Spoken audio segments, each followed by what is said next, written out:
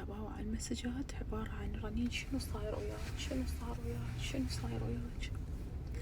والله ما أعرف من وين أبدي، وما يعني مو كلش عاجبني أحكي باللي صار وياي، لأن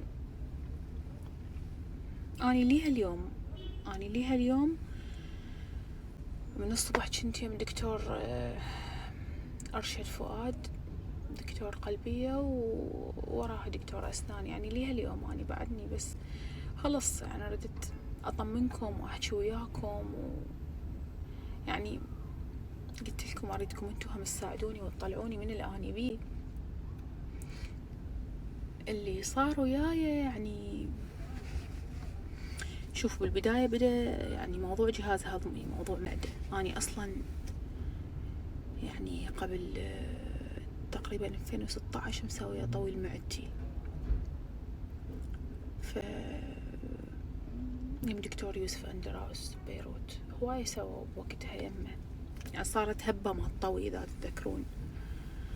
كنت أشتغل تلفزيون، وتعرفون التلفزيون يسمن، ويعني حتى الموضوع يعني ما كان يعني ما كنت كلش سمينة، يعني كان وزني أتذكر 81. المهم رحت سويتها. وراها أحكيكم بسرعة، يعني وراها صار عندي فتق بالحجاب الحاجز وارتجاع بالمريء، هم سويت عملية مال فتق مال الحجاب الحاجز.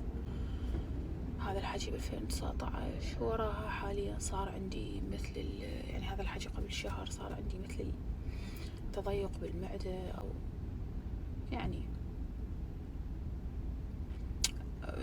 قسم سموه التواء، قسم تضيق، بس هو مو هيجي، هو الطوي.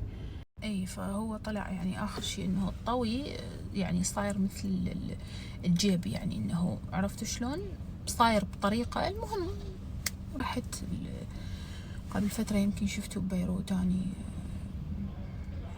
سويت عملية الحمد لله والشكر. وراها بدأت تغير أعراض، يعني وراها بدأ خفقان على دوخة مستمرة، على لحظة بس، أي خفقان على دوخة، يعني ما قمت أعرف. هنا أنا بدأت المعمعة، بدأت معمعة الدكاترة، وبدأ إنه أنا ما أعرف إيش بيه، شنو سبب الدوخة. هسه تقولوا لي فيتامينز على ما أعرف شنو. قد لي حساب بدون زحمة 60 صفرة سيارتي. أي والله.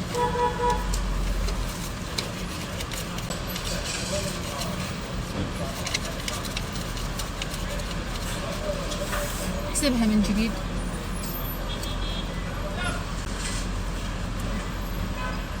اي فقلت لكم بدت معمعات الدكاتره، ويعني ايش قد ما احكي لكم هواي دكاتره ما قصروا. اكو دكاتره سطرتهم، اكو دكاتره يعني مستشفى ريال تعبتهم. هاي ما احكي لكم ايش قد تعبت هواية، تعبت بالراحة وبالجية